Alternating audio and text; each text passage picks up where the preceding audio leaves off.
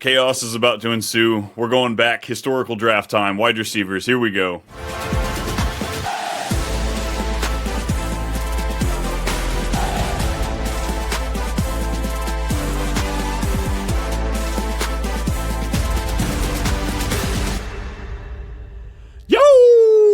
What's happening, everybody? We're back with another episode of Too Much Fantasy Football. It's Brian. It's No, Brennan is out. Yes, he was doubtful coming into the episode, but he is officially out for preseason week one. Yeah, whatever it is, folks. But I had to bring in two of the best here. We've got Mike Grinberg. We've got Joe Frick. We've got him from the Fantasy Football Advice Network. Fellas, how are we doing today? Doing good, man. Thoughts and prayers to the usual, the regular, if you will, but we're ready to fill in and hopefully make some noise. So thoughts and prayers. We'll see you week one. They'll be ready for the regular season. We hope so. Hopefully just with a little bit of rest, some good training, some rehab. He'll be back next week, ready to go, ready to, continue on your next back in the past drafts, maybe, Brian. Like, what is going on here today? What are we doing on Too Much Fantasy Football? Folks, we're swerving just a little bit. We've got division previews coming up, but you know what? We've got to do something new here. If you didn't check the running back episode, this is going to be our collaborative draft, and we are doing 2010 wide receivers. So any wide receiver from 2010 to 2019, we will be drafting here tonight. We will be picking the top 13 players, and we're going to be drafting them together. A handful of picks here, a handful of picks there, and we're going to slowly build hopefully the best list. We were going for running backs there with Chuck Bass, and it took a huge swerve there at the end of that draft. So hopefully we can keep ourselves together here. You fellas ready to get this rocking and rolling? Let's do it, man. Let's go, man. Alrighty, so we will spin 4 positions here. We got the 3 names on the spinner if you're not watching at home here. Going to give it a spin, and we will be selecting our own draft position. So let's see who gets that first shot. As the wonderful guests we are here at Too Much Fantasy Football. No, I don't get to pick first. It's going to be Mike. Mike, so do you want drafter A, B, or C? Well, Brian, have you not told our guests maybe some of the advantages there might be with each draft position, or is there? Are they all Mike, equal? we wing it here. No, folks. The drafter A will get picks 1, 4, 7, and 10. Drafter B gets 2, 5, 8, and 11. Drafter C gets 3, 6, 9, 12, and 13. So because you are drafting so much lower, Drafter C, you get back-to-backs there at the very beginning. You do get that extra pick. Over here at Too Much Fantasy Football, we need to add a little shenanigans just a bit here. So we have vetoes as well. Drafter A gets 2 vetoes, so you're drafting there at the top. Gives you a couple chances to get a player up the board higher if you want. Drafter B gets 1 veto, and Drafter C gets a veto and a veto override. So if somebody does too much shenanigans here, you can clean it up with that veto override. So with all that to do, Mike, what you looking for? Well, I'm gonna go with the number 1 pick here. I'm gonna go with the 2 vetoes. 2 Italians is better than 1. All I say. That's what Grandma always said. Absolutely. So I got next on the spinner. I love it. Hell yes, let's see it. I'm gonna take drafter B. B, Brian, it lines up, and I took drafter C last time, and I kind of fudged up, folks. I'm gonna be honest there. I really screwed up my strategy. So I'm hoping I get it fixed tonight. So I will be Mike's A, I'm B, and we got Joe rocking the drafter C. Oh, man. It's tough being the ugliest girl at the dance, but you know what? We'll still get some picks in. I'm excited for it. It should be fun. Hey, you rocking that override there? You feeling it? You feel like you're ready to wield it? You know exactly what you're doing with that? My toxic trait in life is to always hold on to like items in games or just like random things. So it's like I still have like stickers from like the 4th grade that I'm still like waiting for like the perfect thing to put them on. My fear is that like I'll wait too long and I won't use the override at the opportune time. It's like you got the maxed out items like in your list and you're just like, oh, I don't know if I'm ready to use it yet. So we'll see. I gotta be aggressive here. I gotta get my guys. You're that person on Survivor that goes home with the immunity idol in your pocket. Yeah, Uh, right. I hope not. That's the worst. That's the worst feeling ever. And just remember there, Joe, there's only 3 overrides that you could use. I mean, because there's only 3 vetoes in play here other than your own. So I don't think you're overriding yourself unless you really think that you screwed up. So I will throw out those 2 little caveats on the rule. So the veto override can only be used on someone else's veto. You can't use it for your own pick. Right. And the order in which we pick to use a veto goes in the order that we are placed, A, B, C. So if we're going up looking at vetoes, Mikey would get the chance to veto first, then me, then Joe. Oh, so you wouldn't you can veto any pick you want. It just has to be in order. Well, you can pick any pick, or you can veto anything you want, but you get first decision. So, Uh, like, if you put Chris Godwin up there, or if Joe puts it up there, you would get to decide to use the veto before I do. Gotcha. All right, man. Cool. Sounds like a really awesome game, and it's a blast from the past. There's not a whole lot of action happening on the fantasy side of things. This is a great way to keep ourselves busy, Brian. The nostalgia as I started going deeper and deeper into the stat sheet, getting like 2014, 2013, 2012, some of the names I saw here, man, I was like, all right, do I still have Madden 2010? Can I go back there and go bust that out real quick? Oh man. All right, so Joe, you will be picking first since you have that Oh, 13 spot down on the bottom. I mean, it's crucial. You set the tone for the draft. I this mean, I'm is pretty tough. sure you saw me the running back draft. I didn't do too well in that first pick if you ask Brennan, but you know what? Brennan's not here, so what do we got? So where do we begin? Okay, so the way that I've kind of thought about this is there's like 2 key components to me when I'm looking at like this pool of players, because you already know everything that's happened in this decade. It was a weird time for me personally, but we got through it. So I'm looking at longevity, and then I'm also looking at peak. So if you were an outstanding player who wasn't maybe there for a long time, but you had a big impact in that decade, like let's see what happens. And if you were consistently balling out throughout the decade, like props to you for that. So I think where I'm going to start is going to be someone that was there for a good time, but not necessarily a long time, right? So my first pick, or I guess the 13th pick in this draft, I'm going to take Golden Tate.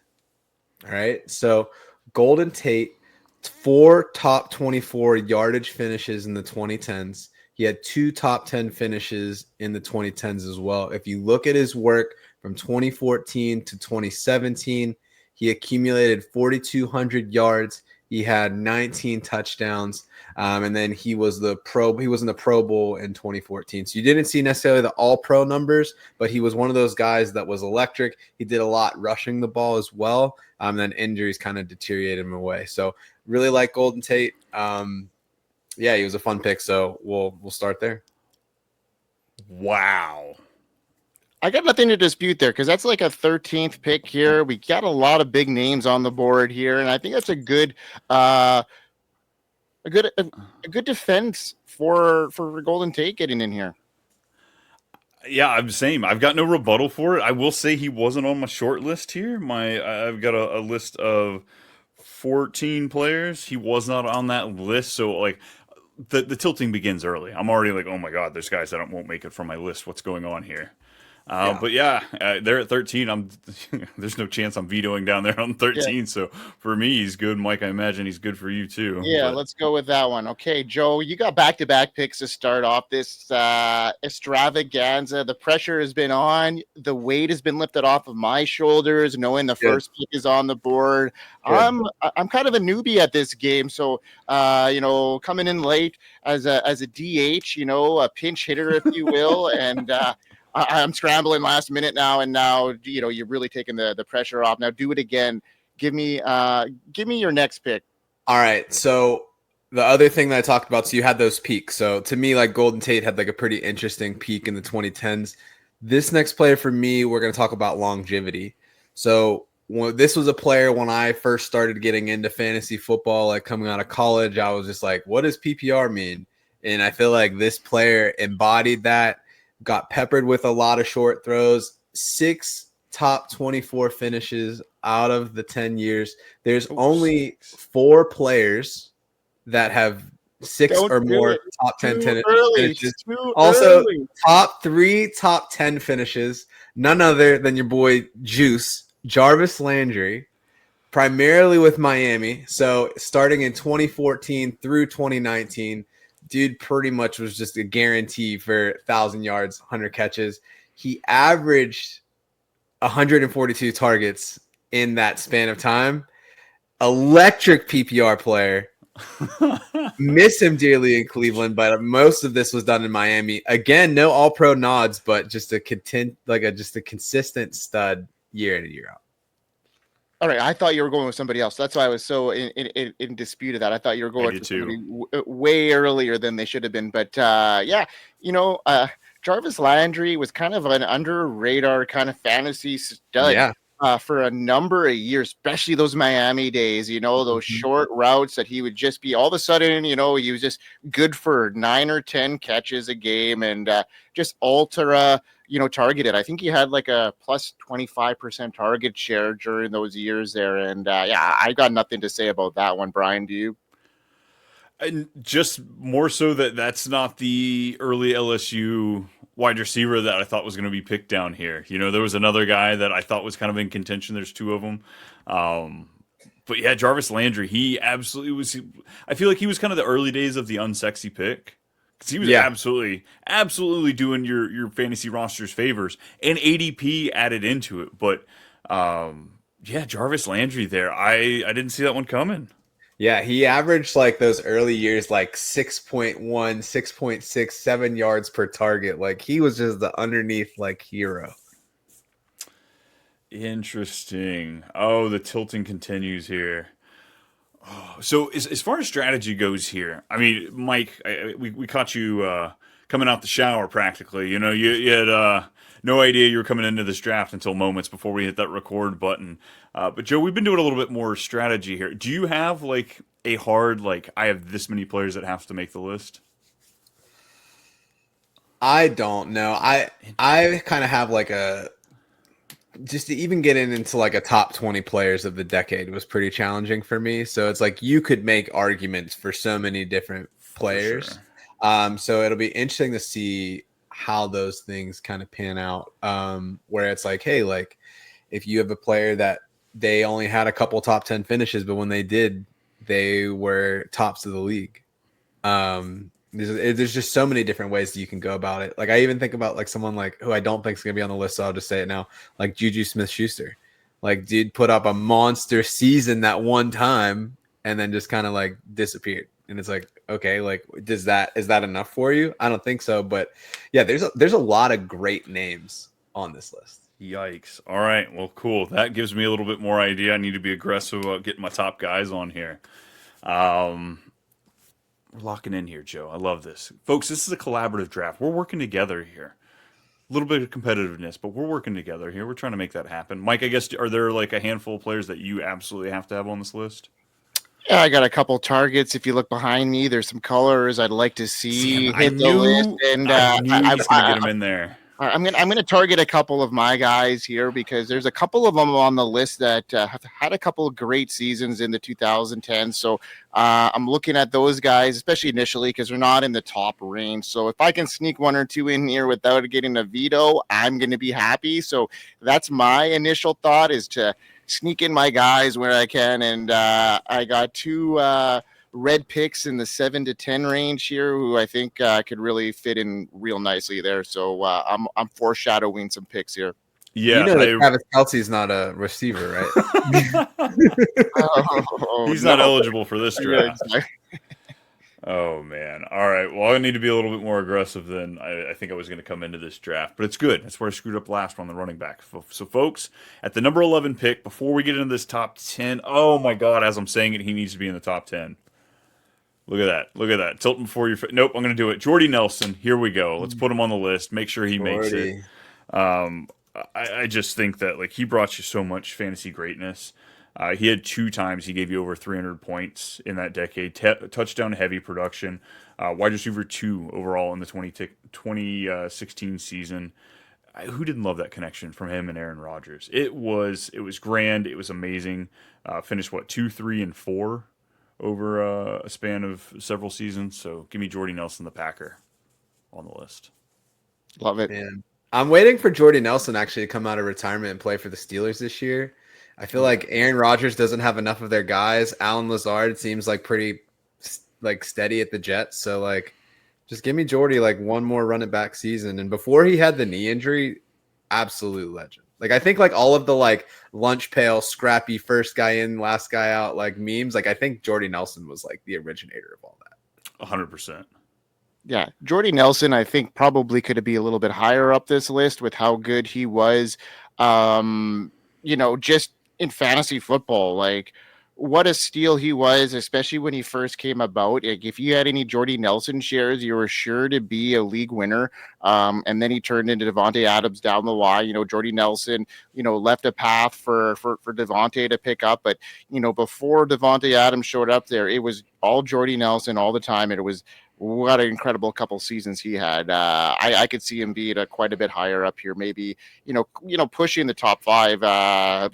With how much they've could have affected your fantasy season as far as league winning potential. So I do like that pick, but I like him a little bit higher up because of that potential that for league winners, right? That was my fear too. Is I wanted him in the top 10 for that. Like I said, with the multiple 300 plus seasons, like that is a league winning guy, and I wanted him a little bit higher. But like I'm sweating here, folks. Like I'm really sweating. I feel like 8 other guys that I have to have on the list, and with only 10 spots, I feel like I wanted to start filling in holes here. So Mike, it is going to be, or I guess do we get a veto there, Mike? No veto Nope, for Jordy Nelson. no. I like him there. I'm good. Dope. Yeah, he's got to be on the list. So I would hate to have him not there. I'm going to try and sneak a Chief in there. I don't think Dwayne Bowe would ever get up there, even though he had 2 good seasons, 2010, 2011, where he had over 1,100 yards. In 2010, he had 15 touchdowns. But I'm going to try and sneak in Tyreek Hill for his 2017, 2018 seasons here with my Chiefs. Couple of big monster years that put them on the map, and made, Patrick Mahomes one of the most prolific passers during those 2 years. And Tyreek Hill, I'm just trying to find him on my list here for stats. There it is. 137 targets in 2018, 1,500 yards, 12 touchdowns, monster year, followed by another one. And before that in 2017, 1,200 yards, 7 touchdowns. So a couple back-to-back seasons here. And then we know what he did in Miami afterwards. But, those 2 seasons in, Kansas City was something to really put him on the map and really made him one of the top 2 receivers in the league for a number of years here. Is it weird that I think of him as a Dolphin? Like it was Dwayne Bowe. I really thought it was Dwayne Bowe that you were going to sit here and try and. And I was okay with it. I think I'd rather see Dwayne Bowe on this list than Tyreek Hill. There you have it. Oh man, but like you can't deny Tyreek Hill. That season was elite. It was legendary. What we got to see from him and Patrick Mahomes. Do we got a veto? No veto for me. I'm holding on to this veto. I've only got one. I don't have a lot of superpower. You guys have a lot more muscle coming into this draft, and I'm gonna have to lay down the law at some point. So I'm gonna hold on to this veto here. All right. Let's keep the show rolling here. We've been pretty nice up to date here, so I think the gloves might come off to really, get our guys in here now. We really want to introduce, some of these top end guys that really hit the mark in the 2010. So I'm excited to see what Joe has up on his slate. Yeah, I know. Now that I'm looking at those first 2 picks, I'm kind of like, man, I probably should have been more aggressive at the start. Knowing we got this guy pigeonholing freaking. Knowing we got stuff here coming up. So I think my next pick here, I feel like this is going to be too high or too low, but I am going to go with Demaryius Thomas, wide receiver, Denver Broncos. He had 6 top 24 finishes, 4 top 10 finishes. And if you look at just like the insane year that he had in 2014, absolutely electric. So he had 184 targets, 111 receptions, 1,600 yards, 11 touchdowns. And that was only good enough for All Pro 2. He was second team All Pro. So like you put up that stat line, that 2014 year wasn't even the best receiver in 2014. Yet here we are. But he was a beast. He didn't always have a great quarterback situation, but he still always made it work. If you're looking at the top 30 seasons in those 10 years, he had 3 of them. So for me, it's just like, all right, like great stuff. Rest in peace. He was a fantastic person, fantastic receiver. Right. So R.I.P. that's a must get for me. Like enough can't be said. Like those 3 years averaging nearly 1,500 yards and 11 touchdowns. He had 3 straight top 5 finishes, 150 plus targets. And I think the most impressive part was that electric season that we got from him and Peyton in Denver. Emmanuel Sanders finished top 5. So Demaryius Right. Thomas did this while also having his teammate finish up there. Like Chris Godwin and Mike Evans did, what, 2 and 10, I think, just a few years ago, and that was great. This was elite. Something I don't know if we might... Do we get this ever again? No, never. I don't think so. I mean, not with the pot. Like, I mean, you don't see pocket passers as generic as you did back in the day, where now, you know, the scrambling quarterback is being sought after. You know, there's a very few pass-heavy options, and is maybe with Arch Manning coming in the league in a couple of years here, that might come back into fashion, if you will. See another Joe Burrow, you know, come down our way, and you're foreshadowing that already. Yeah, things are looking pretty glim there in Indianapolis with their quarterback situation. Shut your mouth, Mike. You got multiple Super Bowl rings. I don't want to hear it. I want to hear what you have to say. Oh man, no, Demaryius Thomas again. I'm with you, Joe. I would like to see him up higher, but it's very important that he makes the list. So you know, in that tier of players, like I don't want to mess around. I don't want to let him slip by. So next up, oh man, yeah, we're in the thick of it, folks. This is pick 8. I've got him at 6, but I'm going to take him here at 8. I want to make sure he gets on. This is Iron Man. This is a guy that this is as good as it gets. Greatness. That Super Bowl, granted it wasn't in the 2010s, but that Super Bowl, they had it, folks. They freaking should have taken down the Steelers. But I'm going with a player that I drafted way after I shouldn't have. Those final 3 seasons when he wasn't putting up, folks, I still took him. But 5 stacked top 12 finishes. Incredible for a career. And this guy played till like he was Tom Brady style. Are you talking about a Tennessee Titans legend? Oh, okay, no. No, I'm talking about Larry freaking Fitzgerald. Yeah, I'm talking about a guy that didn't quite have a 300-point season, so didn't have that, but just reliable. Old freaking reliable. He was always there. He was amazing. So give me Larry Fitzgerald at 8. I love Larry Legend, man. He was so unbelievable. I still think that he should have won the Heisman Trophy the year that he was in contention at Pitt.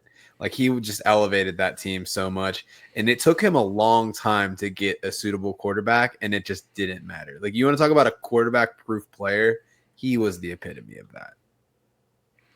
Yeah. And the fact that he only got that small window too. Mm-hmm. Yeah. I mean, he had a bunch of great seasons, and I was close to trying to throw a veto up here, but I want him in there as well, just based off of his longevity and whatnot. So let's keep him in there. And yeah, I like the pick. Nice. Well, Mike, you're back up. All right. Game face. I want to see a guy that helped me a number of years. You know, to fantasy greatness. He helped me win a couple championships back in 2019 when I had the old McCaffrey, Michael Thomas stack. Got him in a late trade, and that year was huge for me in fantasy football. So big time winner here, Michael Thomas. You know, that year in particular, 2019. The guy saw 185 targets, 1,700 yards, Incredible season, 9 touchdowns. That wasn't huge, but I mean, he just got power fed targets, especially down the stretch, especially in the fantasy playoffs. If you had Drew Brees and Michael Thomas that year, it was incredible. And, leading up to 2019 was no slouch for him either. 2016, 2017, 2018, all over 1,100 yards, respectively, 9 touchdowns, 2 years out of that as well. So Michael Thomas was just a powerhouse wide receiver that was just hyper targeted and quite a bit got me, into the range here where fantasy greatness isn't always special, but when you can steamroll a league, go undefeated with a combo like that, you have to, pay tribute to the man that did that for you. So veto away. You guys got a special place in my heart for that season, and I needed to see him in the top 7. This is one of the best arguments of like peak versus longevity because when he was at the top, he was at the tippy Thank top God. there. Set the record for, most receptions in a season. And then just poof, gone. Yeah. Faster than, not as faster than Kenny Galladay, but almost as fast as Kenny Galladay. Yeah, no kidding. It was quick. It was a good ascend, and then that one season, and then it was like you never saw him again. So in Dynasty, he may have been a thorn in your heel after that big season when people were probably trying to get you to unleash him for a monster deal, but you wouldn't give him up. And in retrospect, maybe you should have sold him at his highest value. Yeah. For me, Michael Thomas, he was on my list. This is actually right where I had him. So I'm okay with this here, Joe. I contention love here? the Michael Thomas pick. I think the only thing for me is like what I put him higher. I always have an appreciation for players that it's like, can you blame someone for giving it all to the game and getting hurt? Like, I don't think I can take away from like what you were able to accomplish. Like, would you have liked to see them do more, have a more sustained career? Like, of course, but there's like a lot of selfishness that's embedded in that. So for me, I think he's definitely he definitely fits the mold in that like middle section here. And the more that we do this, the more that I'm hating the Golden Tate pick because there's gonna be a lot of like quality guys. There's so many quality guys that are gonna be left off of this, and it's just like, man, like it's tough. Dude, the 12-13 is so hard. I always think it's my favorite position to be because, like, ultimately nobody can say anything about pick 13 because you go back-to-back picks. So if they video it, it's stupid. You can play it right back again. Sure, And yeah. but it can be so easily screwed up because you get greedy and be like, oh, I can get so many guys on here, so let me load up some of these, like, personal favorites down at the bottom. And then, yeah, you're sweating when you get up here to 6. So, Joe... Yeah. What you got there? We got 6 players left. Last player before we get in the top 5 of the decade wide receivers. Oh, Who man. do you So have? I think that this player doesn't necessarily get enough love for how good he actually was. I think that this player was hampered by quarterback talent severely, but when he did have those moments of greatness, it was really fun to watch. And as a Steelers fan, it was like very annoying to watch this player play. So 5 top 24 finishes, 2 top 10 finishes. We've got one second team all pro. Give me my boy, AJ Green. So his best season was the 30th best in the decade. He had 178 targets, 98 receptions. Like, just think about how bad your quarterback has to be that you had 178 targets and you didn't even catch 100 of them. Like, that's just like insane to me. 1,400 yards, 11 TDs. Like, his success rate under 50%. His next best season, 51%. He had 2 other top 24 seasons. 45% success rate, 46% success rate. Like, dude was doing all he could in Cincinnati, and it just could With not Andy Dalton. Yeah. With Andy Dalton. Like, Andy Dalton's good enough, but, like, to start off the decade with 5 straight top 10 finishes, that is freaking incredible. Yeah. Love the pick. AJ Green, I'm not up for the veto yet, but, like, I'm here for it. This is exactly where I wanted him to lay. So, Mike, thoughts on AJ Green coming here? Yeah, I mean, I think maybe Michael Thomas should be a little bit higher than AJ Green, but I think AJ Green needs to be here for sure. So no rebuttal for me here. I'm waiting for the top picks. I want to see a couple guys get in here, so I know where my vetoes lie, and I know where number one needs to go. So we are. Funny you say that. So I had 9 players that I absolutely had to have on this list, and I feel like the top three, like without saying too much, They're giving away pretty too much of my, obvious, I I feel feel like like. the top three is pretty obvious. And I Yeah. specifically wanted two because the guy I want to kind of force Mike's hand at number one. The vetoes. I didn't even think about that. God. Mhm. Oh crap! I didn't even think about that. Hey man, everybody has a price. I could be paid off. Oh, Mhm. I forget about that over. But yeah, so like I kind of specifically want 1, 2, and 3 to go a certain way here. But we're down to the top five here. Not to say too much, but the way my list is shaking out, Cowboys fans are not going to be happy with this list as the way it's going to fall because somebody's going to miss it. All right, 4 and 5, 4 and 5. Where do I go? I think I'm still on the fence. I don't even know who I want to actually put. Yep, let's do it. Let's go Brandon Marshall, man. Let's go with some of the most fun football I've ever had watching. Get to see him and Matt Forte team up together for a bit too was just a blast. He had 300 plus seasons. Like that's elite stuff from Fitzmagic and Cutler. Were the Yeah, guys that were giving multiple him that teams too, greatness. which is crazy to think about. Like he did it on the Bears, and then he went to the Jets, and it's like, oh, he's gonna fall off, right? Nope, did it again. Nope, comes right back at it. So yeah, I've got to put him up here. He put up some amazing numbers. Was just one of those. I mean, even personalities. Like I just thought this guy was so fun in interviews. Like the way he'd finish off 2, 3, 5 finish, also an 11. 4 times he finished in the top 12. He's got to be right here in the top five for me. Yeah, it's unbelievable what he did. If you look at just like he had two of the top 20 seasons, the 2012 and then 2015, almost getting 200 targets in a 16 game season is just unheard of. And again, he was one of those people that was kind of like dealt a bad hand with the QB situation. 47.9% success rate, targets to receptions. I mean, 200 targets, not even 120 catches. Like, Color need to put them SIGs down, man, and start slinging the rock. Like, what are we doing out there? Let's go. Yeah, yeah, yeah. 1,500 yards, multiple seasons. Woo! He had like a Woo! monster targeted game where he broke like the target record for one Oh, game. that's Like, didn't he? right. Wasn't it like It's like 21 21, targets? 22, Yeah, something like yeah. that. Yeah, yeah. It was something ridiculous, and it That was was just like, later in his career too. yeah. So yeah, no rebuttal here. I think that's a great call, Brandon Marshall.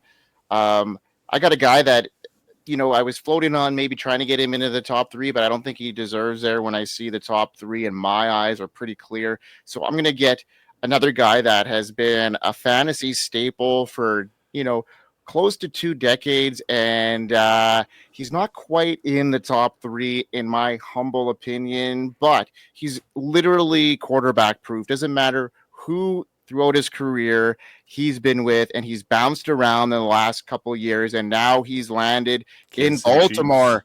And I'm talking about DeAndre Hopkins. And guy had a couple monster years here in the 2010s when he emerged. He was 2015, 2017, 2018, and 2019 were banger years, all of which who had over 1,200 yards. 1,500 yards in two of those seasons, but the guy was a touchdown machine.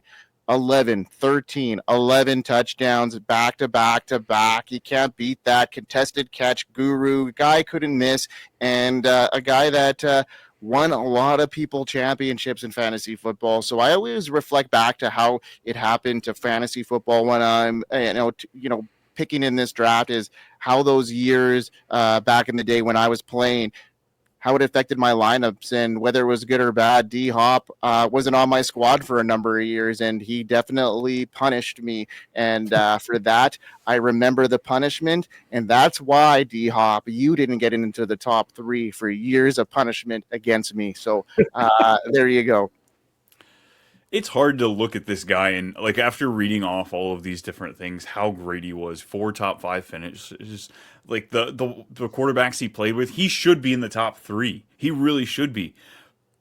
But when you've got the talent that we're about to unleash here on these final 3 picks, no, I think DeAndre Hopkins is just Mount Rushmore status. If we could just get a fourth one in there, I think he totally fits perfectly in this 4 spot. Joe, I guess you're okay with it as well. No, yeah, I think it's a great pick. I think he was kind of that like change of the guard from like the early 2010s players that kind of were the carryovers, and then he kind of took the torch and just ran with it. It's been Literally fun. from DeAndre or Yeah, Andre Johnson. yeah, Yeah. right. Yeah. And Andre Johnson was a fantastic receiver too. Definitely underappreciated. Not better than Golden Tate, clearly, but you know. Clearly not. No, yeah. We're gonna have to self-reflect on that one. But None you of know us what? had anything to say about it. We were just breaking the ice. So Things happen. Things happen. But you know, on that note, before I pick this next player, I do think that there's some honorable mentions. So you mentioned Andre Johnson. I think he's a Hall of Famer. Talk about like bad QB play. Like there was a lot of bad happening there in his years in Houston. One player that I thought about quite a bit, two players actually, just like the peak performance that you couldn't really replicate. The first we were talking about before the show, but you look at what Josh Gordon did in 2013, 1,600 yards and the 9 TDs, decided that weed was more fun, which I mean, I totally get. He wasn't the first Ricky Williams. No, yeah, exactly. So that was a lot of fun. The other one that I kind of toyed around with was Victor Cruz, that 2011 season, just like out of nowhere, had everybody, like every white boy in America doing the salsa line. So just like a lot of fun stuff there, and then just kind of injuries derailed it for him. But yeah, so there's three clear guys at the top. I struggle with how to rank these three. So Wes Welker was the one I thought you were going to do me when you too. did Jarvis Yeah, Landry. when you're doing Landry. Okay, yeah, Welker was good. I mean, he had that fantastic 2011 season. First team All Pro. He had 1,500 yards, 9 TDs. So not a bad pick at all. Yeah, I think if I would have done it over, like he would have been a great fit there. Someone like T.Y. Hilton had a pretty good spike in the mid 2010s, so that would have OBJ, been cool. I almost was going to put up just for the catch alone. Like, we don't have any parameters for this. He had 3 great seasons, and that catch was just there's a reason it was talked about for so long. His rookie season too. What did he miss the first 4 weeks, 6 weeks? Yeah, Got and him he off came up waivers so hot. everywhere. Yeah. Or you look at like Roddy White got votes Offensive Yep. Player Rookie of the Year 2010. So Roddy White on mine as well. Yeah. So it's just like there's just so much good talent, and it's been fun to kind of watch. But all right, so if we're gonna talk about Top who do 3. I have like top 3, I think that y'all may not be too thrilled with my pick here. As much as I would like to go with the Homer pick, I don't think that he's deserving of the 3rd spot. I think he needs to be higher on the podium. And if I just think about greatness, to me, this is probably going to be surprising, but I'm going to take Julio Jones at the 3 spot. This isn't necessarily who I would want to take, but I think out of the 3, I think that he's the 3rd best. So Julio Jones has the 2nd best season in the 2010s. His 2015 year, 203 targets, 136 receptions, 1,871 yards, 8 touchdowns. Dude's an absolute monster. So he actually leads the whole circuit with top 24 finishes. He had 8 out of 10 years. Top 10 finishes, 6 out of the 10 years. So just dude's an absolute baller. But I think that there were some other players that were there that the peak was just a little bit higher, or what they were doing was just a little bit better. And to me, like the one knock with Julio was that he was always like questionable, maybe like kind of like, what are we doing with this injury thing? It was like a game time decision every time. And when you're at these top 3 legends, you're really just splitting hairs. So I have Julio there at 3, but I could totally see how you could spin it any number of different ways. I get my first veto because I get in order, and I'm going to veto Julio Jones at number 3. Because I think that Calvin Johnson is the 3. And you don't get to pick who you put here. I'm just saying. Oh, okay. Well, then I'm just go for it. I was no. If we're saving that content for the top of the board here, we could talk a little bit more about that. But I'm going to veto him here. Love it. If you didn't, I was going to. Yeah, Julio Jones, I guess we may get a chance to talk about him in a minute, but I have to have him just a little bit higher. Just a little bit. Okay. All right. So, Joe, so then no Julio. Who you putting here? no Julio. Man, should have waited on Golden Tate. I could have pulled him out here. That would have been a Chuck Bass move right there. Goodness. All right. So so Mike was on the money for me. So if I have to put in a new 3, it's gonna be Calvin Johnson, which is weird to me. I think that you look at like pure specimen of wide receiver, probably the best athlete in the decade for the wide receiver position. You look at what he was like, the 6'4" guy with the 4.4 40 that did all of these things. He had the best season in the decade. So he had the almost 2,000 yards, did the 1964. Somehow only had 5 TDs that season, which is like absolutely diabolical. He got tackled on the 1 yard line like an absurd number of times that he year. had 29 catches of 20 yards or more and only had 5 touchdowns. That's incredibly unfortunate. It's crazy. 122.8 yards per game, 92 first downs. Like, dude was an absolute monster. And then, which isn't really saying much about the company that he's in, but he also had the 6th best season the year before that. So it was like, you talk about people with this year, like, oh, is Jamar Chase like worthy of the 101? Like, could he do it again? Like, that was the conversation that everybody was having about Calvin Johnson in 2011. And then he went out in 2012 and was like, I'm going to try to get 2,000 yards. Peace. But obviously, there's one guy that's name hasn't been mentioned. I think that he did it more consistent for a longer period of time. And then y'all obviously feel a little bit more partial to Julio, but agree to disagree. But it's like, I don't know. It's like picking like which of the 3 supermodels would you like to date? Julio. There it is. Are you gonna veto that there, Brian? No, absolutely not. This is falling exactly how my rankings go. This is not a knock on Megatron at all. Like, Calvin Johnson is incredible. The only knock you can really throw at the guy is he left us too soon. But that's us being selfish, but we're allowed to do that, you know? The guy made us money, or at least the money that Detroit gave him. And, you know, he rolled out of there a little early. So I absolutely love it. When you look at his numbers, they are incredible. But unfortunately to him, there were 2 other guys in this decade that did some incredible things as well. So I'm loving right where Megatron's sitting. All right. Me too. All righty. This is the final 2. This is where it's going to fall, and I'm going to hope that I can flex my hand and throw this argument well enough where I can get these 2 where I want them. This guy, if we just look at him in 1 decade, he's incredible.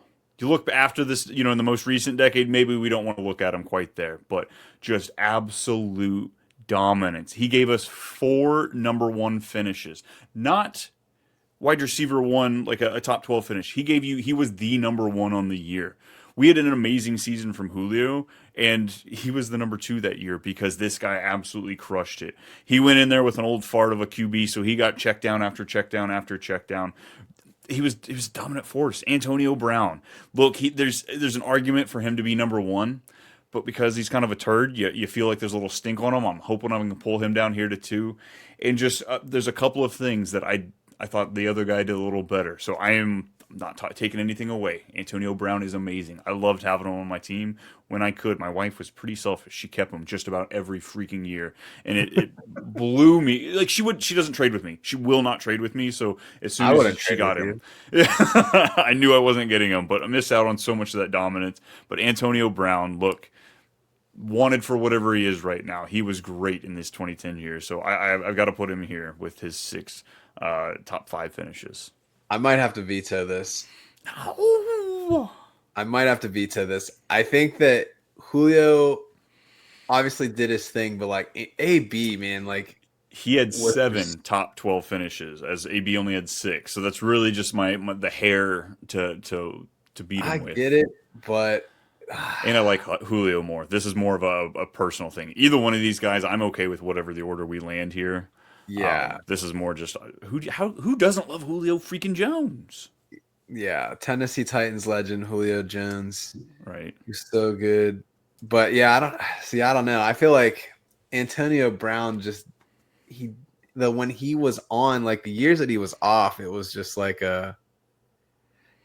like a quarterback, like sort of like it was just, all right, you're playing with Mike Vick this week, like you're doing this or that. Like you look even like the stats that he had where he had like 70 games in a row or something absurd with at least 5 catches.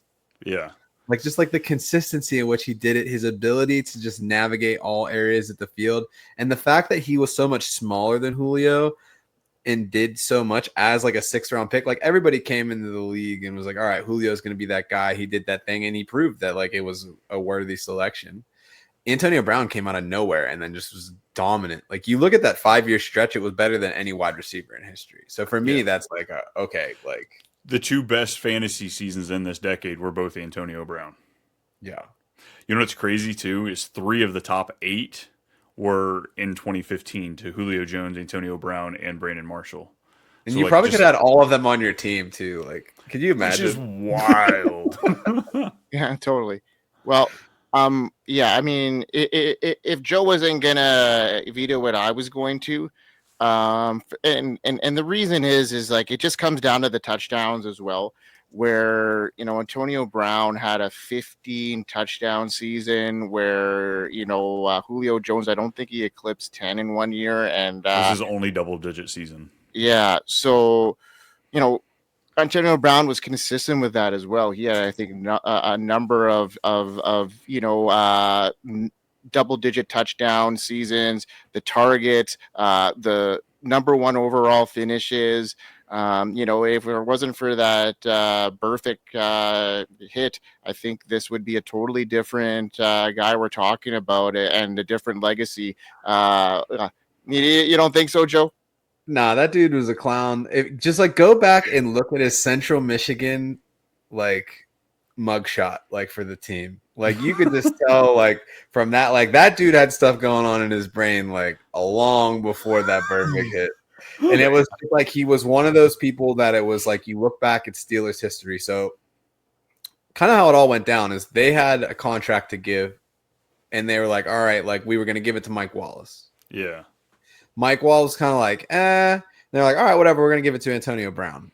And then once he got paid, that started the Antonio Brown that like everybody came to know. And then it was like he has these like 5 great years. He thinks he becomes untouchable, starts doing a lot of weird stuff, ends up quitting in the middle of a Tampa Bay Buccaneers game shirtless in the back of the end zone. It was so epic though. It's like so insane. But yeah, I don't think the Burfict hit did anything other than help the Steelers win that playoff game and maybe save Tomlin's job.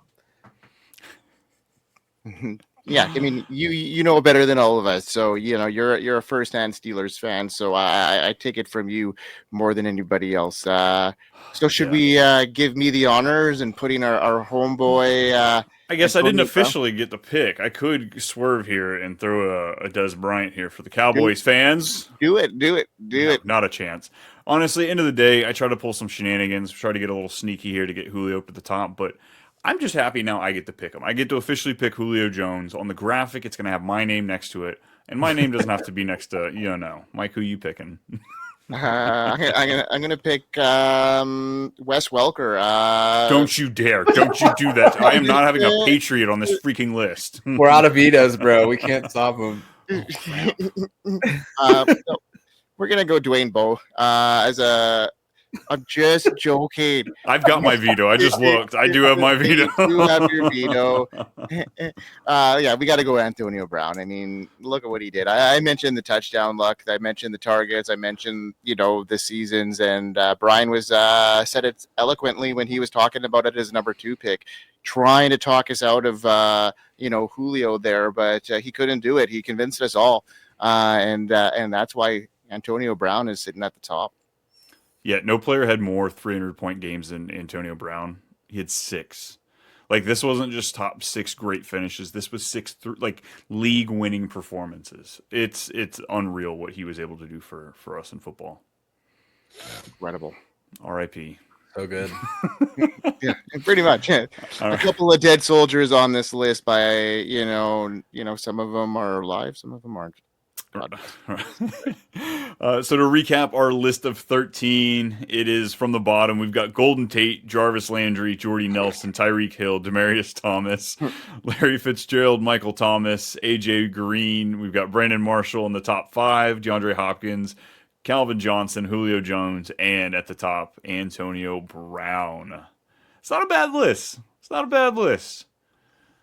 That was a lot of fun. I really enjoyed that breaking that down and really looking through that list as the show went on. And I got my way at the end of the day, so a little less preparation sometimes does you good. Absolutely. Keenan Allen was the only other guy I wanted to give a shout out to. Oh Started off yeah, injured, but he did give us 3 or 4 pretty good seasons there in the 2010s that you weren't too disappointed with. Totally. Hoodie Any Allen. any other shout outs? Jeremy Maclin, another Chief. Could have Hmm. tossed out Alshon there. Jeffrey had some really solid years too.